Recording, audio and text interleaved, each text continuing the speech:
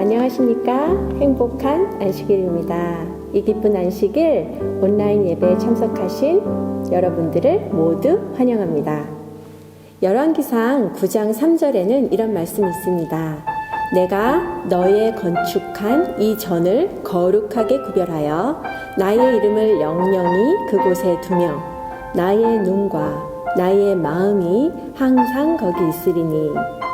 성전을 건축하고 간절한 기도를 한 솔로몬에게 하나님께서 나타나셔서 그 성전에 나의 눈과 나의 마음이 항상 거기에 있으리라고 하신 하나님. 우리가 있는 곳에서 구별하여 주님의 이름을 부르며 간절히 기도할 때 우리를 눈으로 보고 계신 주님의 마음을 느낄 수 있으리라 믿습니다. 안식일의 기쁨과 예수님을 만나는 기쁜 이 시간, 다 같이 456장 주 예수님 내 맘의 오사를 힘차게 찬양하시겠습니다.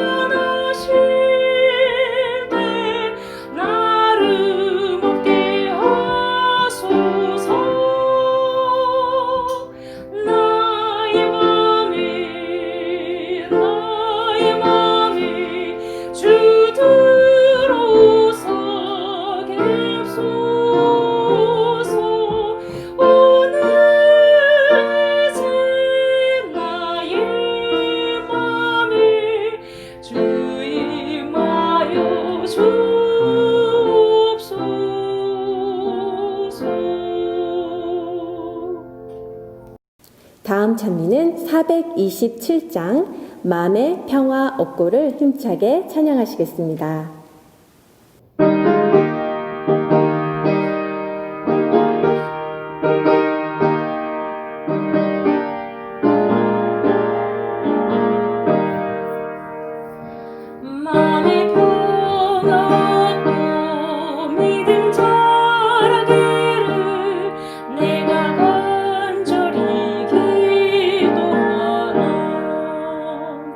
주의 제단 위에 모두 바치기 전 복과 평강을 이루자네. 주의 제단에 산제사 드렸는가 주 내 맘에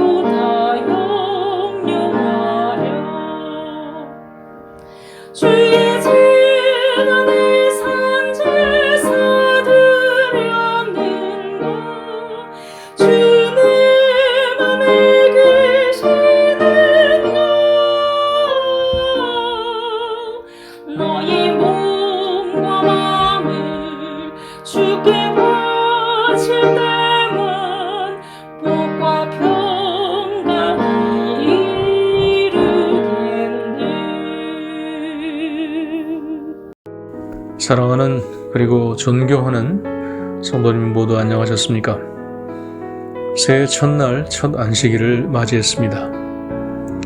전도서 3장에는 천하의 범사가 기한이 있고 모든 목적이 이룰 때가 있나니 라고 말씀하시고 각각의 때를 예를 들어 보여주신 후에 하나님이 모든 것을 지으시되 때를 따라 아름답게 하셨고 또 사람에게 영혼을 사모하는 마음을 주셨느니라 하셨습니다.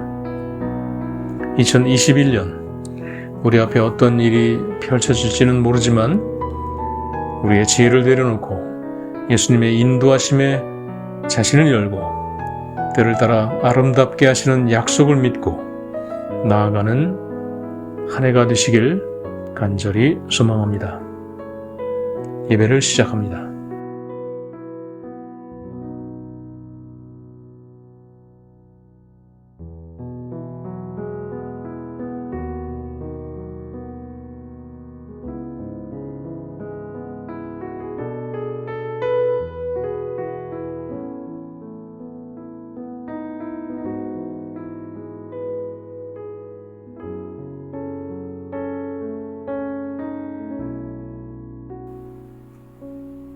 서천미 336장 주의 확실한 약속의 말씀 듣고 우리 힘차게 찬미하시겠습니다.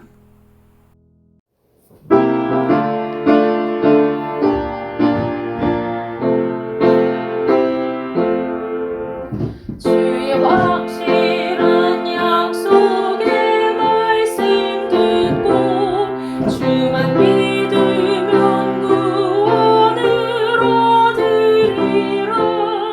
할렐루야 할렐루야 내가 예수를 믿어 그의 흘리신 피로 내 죄 씻었네. 할렐루야 할렐루야 내가 예수를 믿어 그의 흘리신 피로 내 죄 씻었네. 나의 갈 길이 사납고 위험하나 항상 예수의 도우심을 믿고 가네.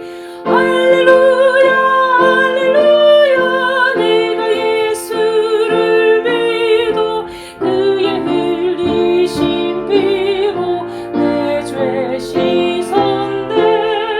할렐루야 할렐루야 내가 예수를 믿어 그의 흘리신 피로 내 죄 씻었네. 우리 모두 다 그곳에 이르러서 함께 즐거운 찬송을 부르리라. 할렐루야 할렐루야 내가 예수를 믿어 그의 흘리신 피로 내 죄 씻었네. 할렐루야 할렐루야 내가 예수를 믿어 그의 흘리신 피로 내 죄 씻었네. 안광자 집사님께서 저희들을 대표하여 기도 인도해 주시겠습니다. 우리를 눈동자처럼 보호하여 주시는 하나님 아버지 감사합니다. 죄악 가운데서 구원하여 주시고 우리에게 새 생명 주시니 또한 감사합니다. 지난 1년 동안의 코로나 때문에 힘들고 어려운 가운데 주님 성전에 모이지 못하였지만 우리의 모든 성도님들 무사히 지켜주시고 모두 건강하게 도와주셨으니 또 감사합니다. 지난해에 지은 모든 죄를 다시 깨끗하게 하여 주시기를 회개하며 기도드리오니 우리의 기도를 들어주시옵소서. 또 오늘 2021년 첫 안식일입니다. 올 한 해에는 더욱 건강하게 육신이 약한 모든 성도님들 건강을 회복하게 주님의 손길로 치유하여 주옵소서.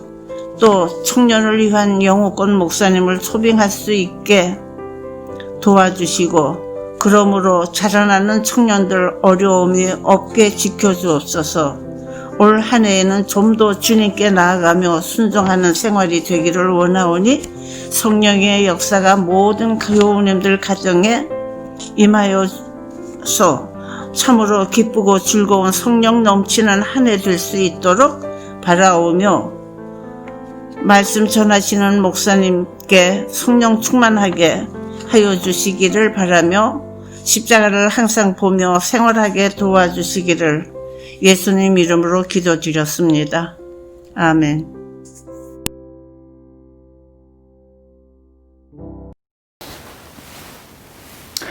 여러분, 새해 복 많이 받으십시오. 2021년 새해가 밝았습니다. 올 한 해 하나님의 은혜 가운데 건강하시고 하나님 많이 닮아가는, 그렇게 하나님과 가까워지는 복받는 한 해 되시기를 축원합니다. 여러분, 하나님의 사람들은요, 얼굴이 빛나는 사람들입니다. 모세가 시내산에 올라가서 하나님 만났잖아요. 산에서 내려왔을 때 사람들이 그 얼굴에서 나는 빛을 감당할 수가 없었을 만큼 빛이 났습니다. 순교 현장에서 죽어가던 스데반이 이제 사람들과 막 대화를 하다가 때가 된 걸 알고 하늘을 쳐다봤어요. 하늘을 올려다 봤을 때 하나님 보좌 우편에서 그를 격려하시고 그를 받아주시는 예수님을 보았습니다. 그때 스데반의 얼굴이 어땠다고요? 천사처럼 빛났다고 성경은 기록합니다. 예수님은 우리가 세상의 빛이라고 말씀하시잖아요. 그런데 어떻게 우리가 빛이 되느냐? 하나님 보좌에 나아가는 사람은, 그렇게 하나님의 얼굴을 보는 사람은, 하나님을 만나는 사람은 얼굴에 빛이 납니다. 우리 2021년 우리 모든 성도님들의 얼굴이 빛나는 한 해가 되면 좋겠습니다. 어두운 세상, 참 어렵게들 이런저런 스트레스로 살아가는 우리 이 주변의 많은 사람들에게, 또 우리 성도님들 서로 간에 환히 밝혀주는 빛으로 빛나는 한 해이기를 바랍니다. 오늘은 지성소 두 번째 시간, 우리 12번째 성소에 관한 시간으로요, 십계명 돌비, 쌍난 지팡이, 만나 항아리라는 제목으로 지성소의 법궤 안에 있었던 세 가지를 함께 묵상하겠습니다. 시편은 죄인들의 길에 서지 않고 오만한 자들의 자리에 앉지 않는 복 있는 사람에 대한 노래로 시편을 시작합니다. 여호와께서 인정하시는 의인의 길이 있고요, 망하게 되는 악인의 길이 있다는 겁니다. 여호와 하나님께 인정받는 의인이 걷는 길, 혹은 복 있는 사람이 서는 그 자리는 여러분 어떤 자리일까요? 여러분, 그 자리에 서면 올해가 복받는 정말 복된 한 해가 될 텐데요. 어떤 자리예요? 하나님께서 계시는 자리입니다. 하나님께서 먼저 걷는 길이고요, 하나님께서 거하시는 자리가 그런 복받는 길이라고 시편은 얘기합니다. 여러분, 하나님께서 어떤 곳에 있으시다고요? 하나님 계시는 곳이, 하나님께서 거하시는 곳, 그래서 우리가 하나님을 만날 수 있는 곳, 하나님의 얼굴을 볼 수 있는 것이 어떤 곳이에요? 하나님의 보좌예요. 그런데 그 하나님의 보좌, 하나님이 계시는 그 보좌의 기초는요, 의와 공의입니다. 하나님 계신 곳에는 뭐가 있대요? 의와 공평이 있대요. 선지자 하박국은 얘기하기를, 주님께서는, 우리 하나님께서는 눈이 정결하심으로 악을 참아 보지 못하시며 패역을 참아 보지 못하신다고 선언합니다. 하나님의 보좌를 은혜가 임하는 보좌, 그래서 시은좌라고도 하고요, 죄가 속해지는 장소, 속죄소라고 부르기도 합니다. 근데 그 보좌가요, 뭐 위에 있어요? 법궤 위에 있어요. 시띠나무로 만든 그 법궤 안에는 세 가지가 들어 있었습니다.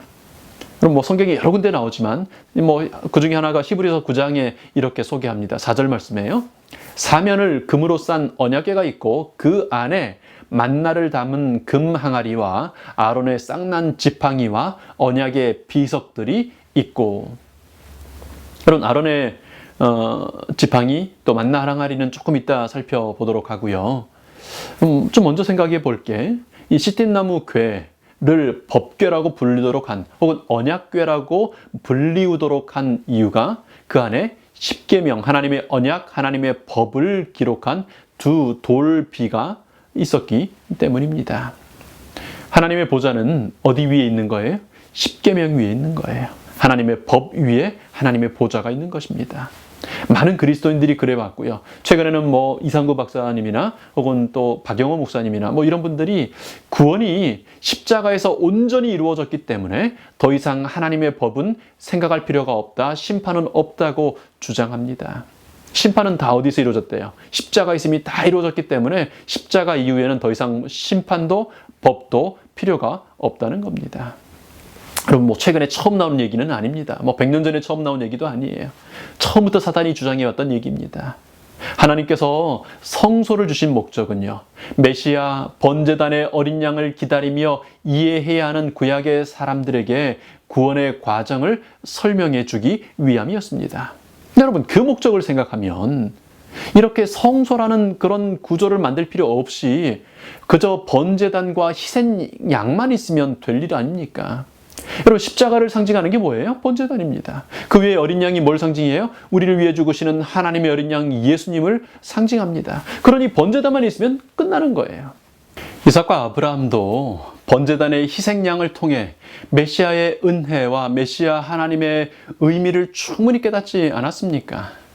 그런데도 굳이 성소를 만들고 구원의 과정을 이렇게 보이신 이유는요, 우리가 십자가 이후에 일어나는 구원의 과정들을 이해하기를 원하시기 때문입니다.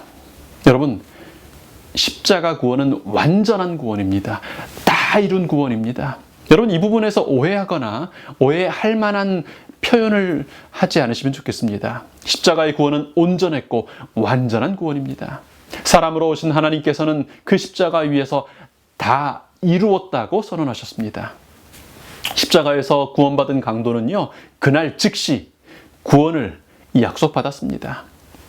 그런데 대부분의 사람들은 십자가의 강도와 달리 십자가 구원을 경험한 후에도 죄의 세상을 살아갑니다. 여전히 선택의 자유는 주어지고 있습니다. 그래서 히브리서 기자는 이렇게 말합니다. 여러분, 히브리서 6장 4절을 함께 보실까요? 한 번 비춤을 얻고 하늘의 은사를 맛보고 성령에 참여한 바 되고 하나님의 선한 말씀과 내세의 능력을 맛보고. 십자가의 은혜가 온전했기 때문에 한 번 구원받으면, 이렇게 한 번 비침받고 한 번 은사를 맛보고 성령에 참여하고 했으면 다시는 구원을 잃을 수 없다, 다시 멸망받을 수 없다고 주장했던 게 칼빈이었습니다. 그로부터 시작된 교회가 장로교회였죠. 십자가 은혜 이후에는 그래서 한 번 십자가의 은혜를 경험한, 하나님의 절대 주권적인 은혜를 경험한 사람은 그 이후에는 심판도, 그래서 하나님의 법도 필요하지 않다고, 있지 않다고 그렇게 주장하시는 겁니다. 그런데 그렇게 말씀하시는 분들이 그 다음 히브리서 6장 4절과 5절뿐 아니라 그 다음 6절도 좀 보셔야 할 필요가 있습니다. 6절 말씀입니다. 타락한 자들은 다시 새롭게 하여 회개케 할 수 없나니 이는 자기가 하나님의 아들을 다시 십자가에 못 박아 현저히 욕을 보임이라. 여러분, 그렇게 깊은 영적인 경험과 승리를 맛본 후에라도 뭐 할 수 있다고요? 타락할 수 있다고요. 베드로도 그렇게 얘기하죠. 베드로후서 2장 20절에요. 만일 우리가 우리의 주님 되신 구주 예수 그리스도를 알므로 세상의 더러움을 피한 후에 한번 십자가의 은혜를 경험했어요? 다시 그 중에 얽매이고 지면 그 나중 형편이 처음보다 더 심하리니. 우리 구주 예수님을 알게 되었습니다. 십자가의 은혜로 구원받았습니다. 죄로부터 피하게 되었습니다. 그런데요, 그 이후에 살아가는 과정 속에 그 후에 다시 얽매일 수도 있다는 것입니다. 만약 십자가로 모든 것이 완전히 끝났고 죄 지을 가능성마저 전혀 없어졌다면요, 십자가로 한 번 구원받은 사람들은 더 이상 선택의 자유가 없는 것입니다. 바로 천국이 이어져야 될 겁니다. 적어도 십자가를 경험한 사람들은 비록 죄의 세상에 살지라도 죄의 유혹을 전혀 느끼지 못하는, 죄에 대하여는 무감각한 사람들이 되어야 할 겁니다. 그런데 아니지 않습니까? 성경은 거듭 어린 양을 따라 순종하는 삶을 강조합니다. 오순절 성령 받았던 베드로가 또 그렇게 유대주의를 따라가는 일도 있고요. 우리는 이미 십자가를 통하여 확실한 구원을 약속받았지만 아직 천국에 이르지는 못한 것입니다. 여러분, 이런 일련의 과정들을 설명해주고 보여주기 위하여 준비해 주신 것이 성소제도입니다. 그래서 성소에는 번제단이 있을 뿐 아니라 그리스도인 삶을 위한 성소가 있고요, 마침내 하나님의 보좌가 있는 지성소가 있는 것입니다. 그리고 그 시은자는 법계 위에, 하나님의 법인 십계명 위에 있다고 우리에게 설명하고 있는 것입니다. 예수님은 율법을 폐하려 오지 않고 온전케 하러 오셨다고 말씀하셨잖아요. 1.1획이라도 없어지지 않고 다 이루어질 거라고 말씀하시잖아요. 여러분, 십자가에서 그 기능을 다한 먹고 마시는 것들과 절기들과 절기의 안식일들이 있습니다. 장래일의 그림자로 주신 그 예식법들요, 십자가로 그것이 폐해졌다는 것을 골로새서 2장은 정확히 설명하고 있습니다. 그러나 그것이 그 예식법을 폐했다는 것이지 하나님의 모든 법을 폐했다는 것이 아님을 우리는 성경을 통하여, 성경의 여러 말씀들을 통하여 너무 쉽게 확인할 수 있는 것입니다. 그 예증 중에 아주 중요한 예증이 이 성소라고 하는 전체 제도인 것입니다. 여러분, 그 예들 중에 또 다른 한 예가 에덴 동산에 있는 선악과입니다. 여러분, 에덴 동산에서 죄가 시작되었죠. 여러분, 죄가 시작되었다는 말, 그러니까 죄라는 게 성립하기 위해서는 반드시 법이 있어야 합니다. 요한일서 3장 4절에 얘기하는 것처럼요, 죄를 짓는 자마다 불법을 행하나니 죄는 뭐니까요? 불법이니까요. 여러분, 죄를 어기는 것이, 법을 어기는 것이 죄이기 때문에 법이 없다면 죄가 성립할 수 없는 것입니다. 에덴 동산에서 죄를 지었다는 말은요, 에덴 동산에 거기 뭐가 있었다는 얘기예요?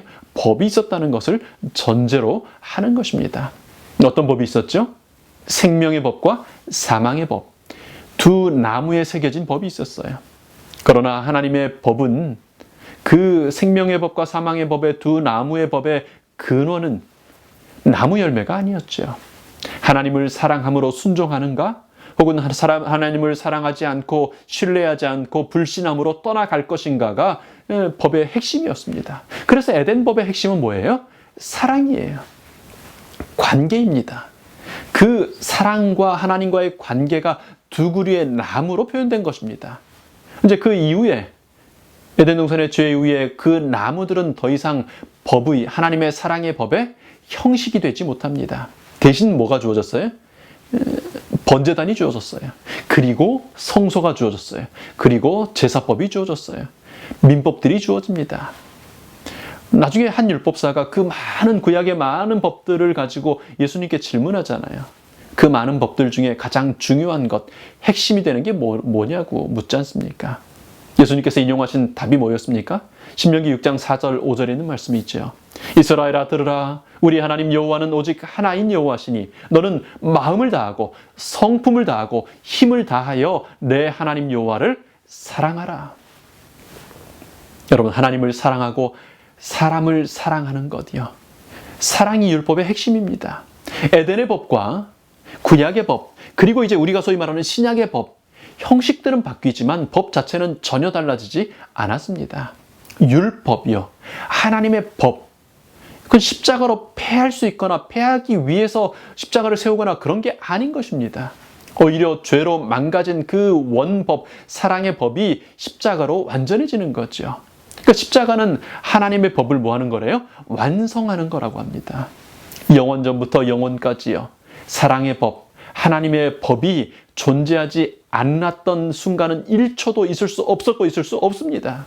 그러니 영원한 하나님의 보좌는 어디 위에 있어야 돼요?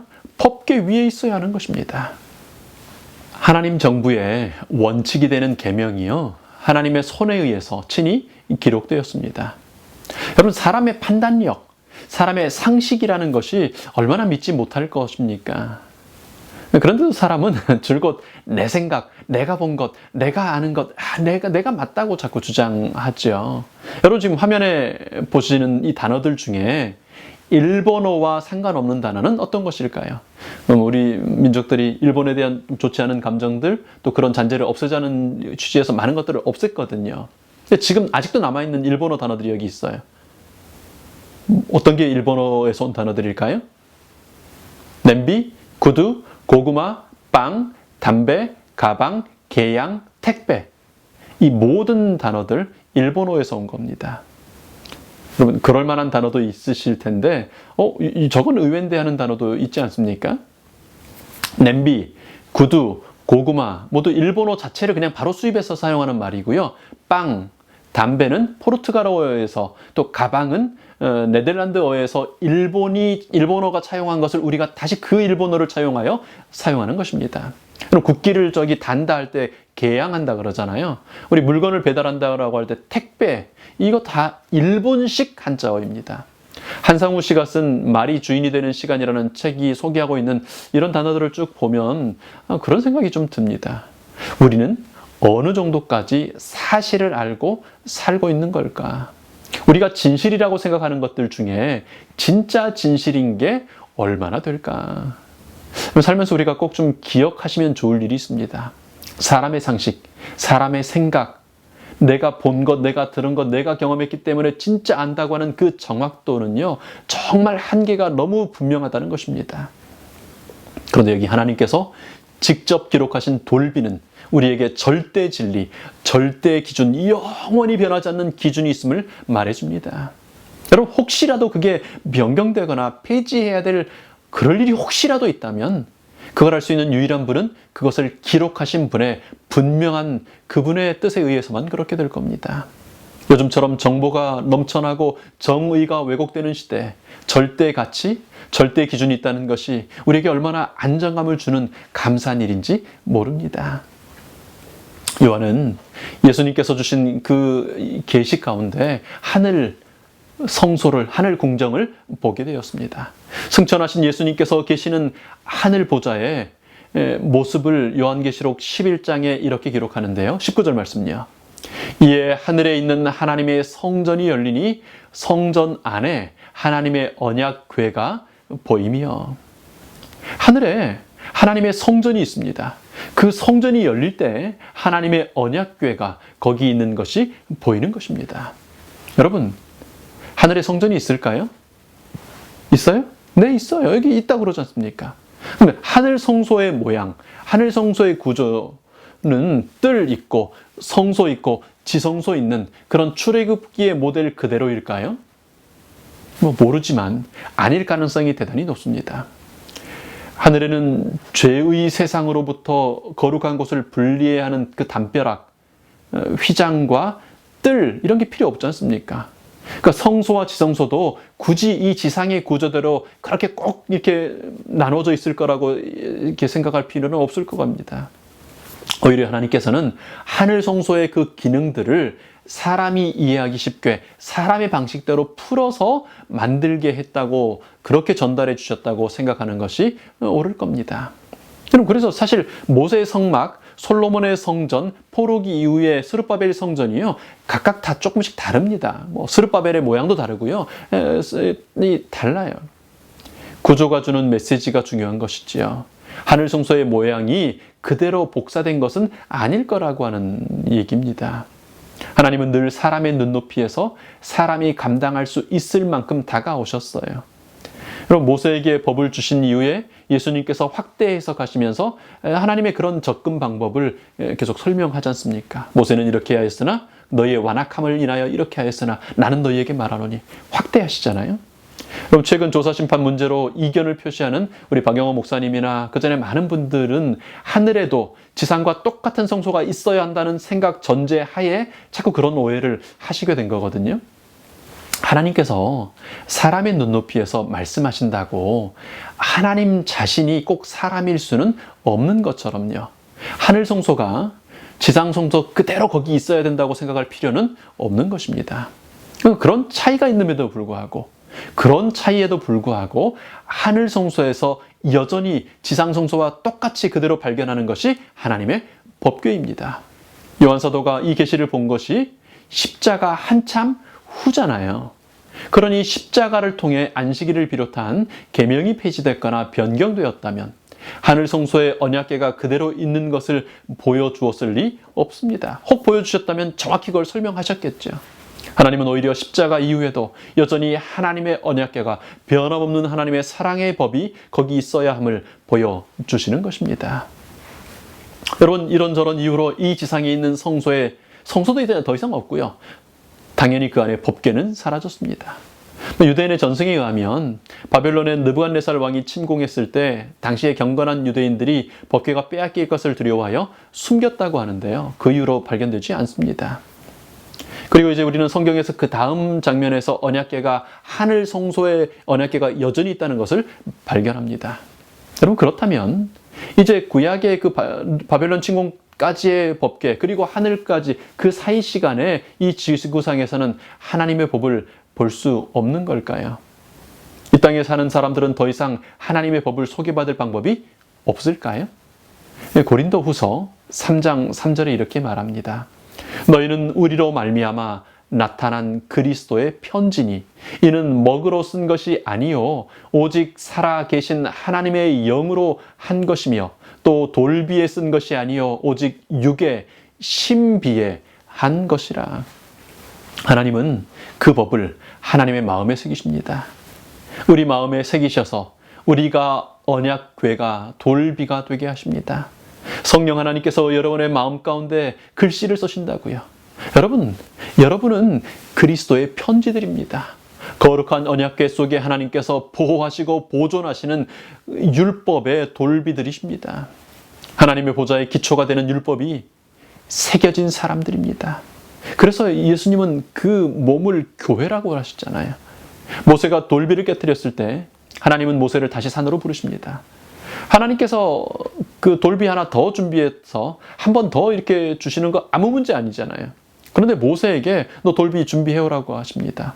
모세가 받았던 모양 비슷하게 깎았겠지요.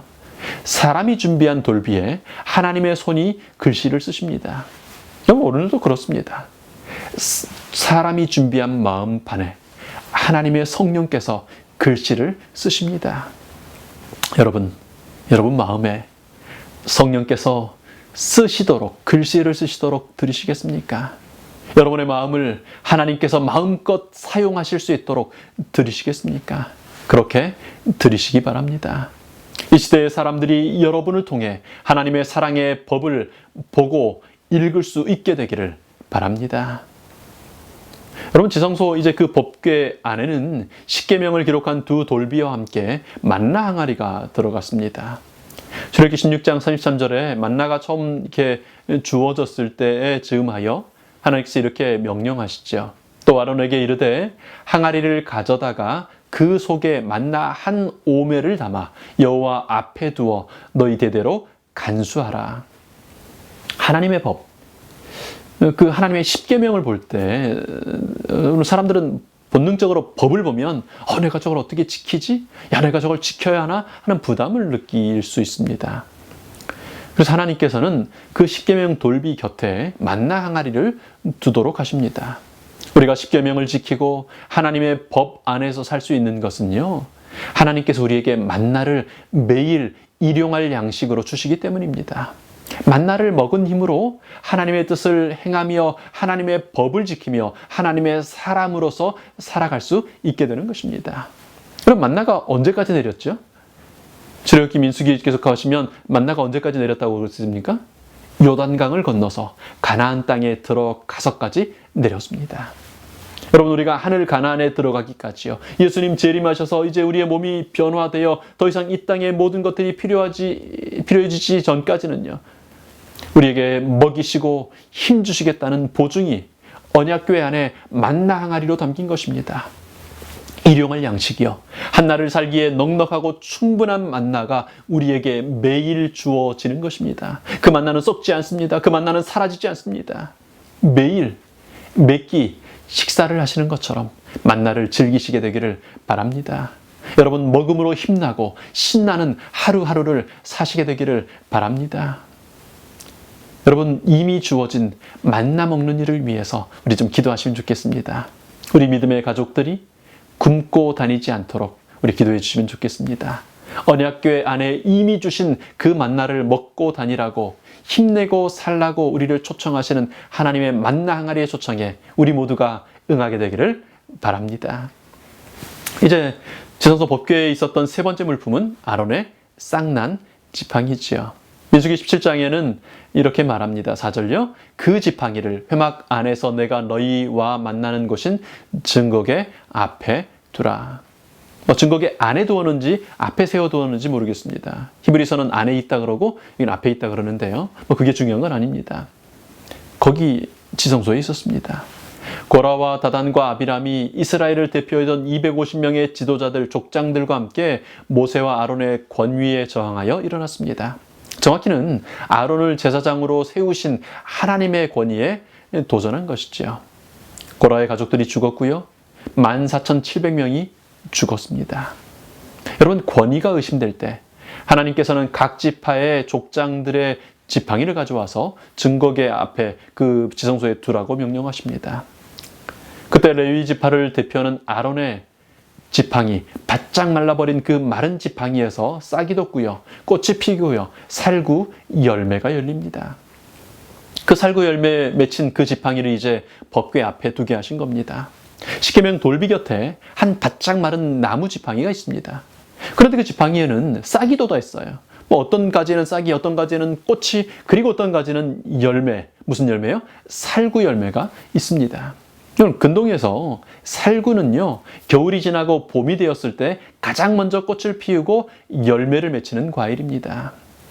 아론의 쌍난 지팡이의 살구는 생명의 첫 열매가 되시는, 부활의 첫 열매가 되시는 예수님을 상징하기도 하고요. 예수님을 믿는 사람들이 예수님의 그 부활에 참여하게 될 것이라는 보증이기도 합니다. 여러분, 십계명을 지킬 필요가 있을까요? 네. 여러분, 나 같은 죄인이, 이렇게 의지가 약한 이런 죄인이 그런 십계명을 온전히 지킬 수 있을까요? 네. 바짝 마른 지팡이 같은 생명력을 잃어버린 우리들이지만 하나님의 능력이 임할 때 거기 싹이 돋습니다. 꽃이 핍니다. 열매가 주렁주렁 달릴 것입니다. 여러분, 내가 할 수 있을까? 혹은 이 시대에도 십자가 이후에 지금도 그런 거 꼭 해야 될까 하는 걱정이 될 때마다 법궤 앞에 두신 쌍난 지팡이, 열매 맺힌 지팡이를 기억하시기 바랍니다. 마침내 우리에게 생명을 주시는 하나님이요, 마른 장작 같은 나에게서 싹이 나고 꽃이 피게 하고 열매가 맺게 하시는 하나님을, 그런 마른 지팡이의 하나님, 쌍난 지팡이의 하나님을 기억하시기 바랍니다. 여러분, 우리는 하나님의 지성소에서 영원한 존재의 법칙을 발견하게 됩니다. 죄 이전의 에덴에서, 이 죄의 세상에서, 그리고 이제는 죄 이후의 영원한 세상에서 결코 변하지 않을 생명의 법칙이 돌비에 새겨져 있음을 봅니다. 연약한 사람이 하나님의 법에 따라 살 수 있도록 하나님께서 주시는 만나 항아리를 보는 것입니다. 나 같은 사람 희망 있을까? 진짜 되는 걸까? 의문이 들 때 바짝 마른 지팡이, 그러나 꽃 피고 싹 나고 열매 맺힌 살구 열매의 그 지팡이는 우리에게 분명한 확신과 소망을 줍니다. 하나님은 이제 우리 마음판에 하나님의 법을 기록하시려 하십니다. 우리를 이 죄의 세상에 보여지는 언약판으로, 이 시대의 돌비로 사용하시려고 하십니다. 여러분, 새로운 해를 시작하는 첫날입니다. 이 한 해 예수님의 편지로 세상에 희망을 주는 우리가 되기를 기도합니다. 그래서 우리를 통하여 살구 열매가 주렁주렁 열리는 한 해 되기를 축원합니다. 우리 가족들과 함께 혹은 개인적으로 우리 한 해 주신 아름다운 은혜를 인하여 기도하고 또 제가 기도하겠습니다.